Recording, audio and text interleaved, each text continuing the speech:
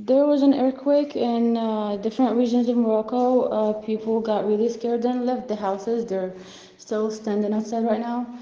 I got scared as well. I left the house. I'm now standing outside. It's really terrifying since maybe this was my second time witnessing an earthquake. So it was really, I don't know how to describe it honestly. It was really difficult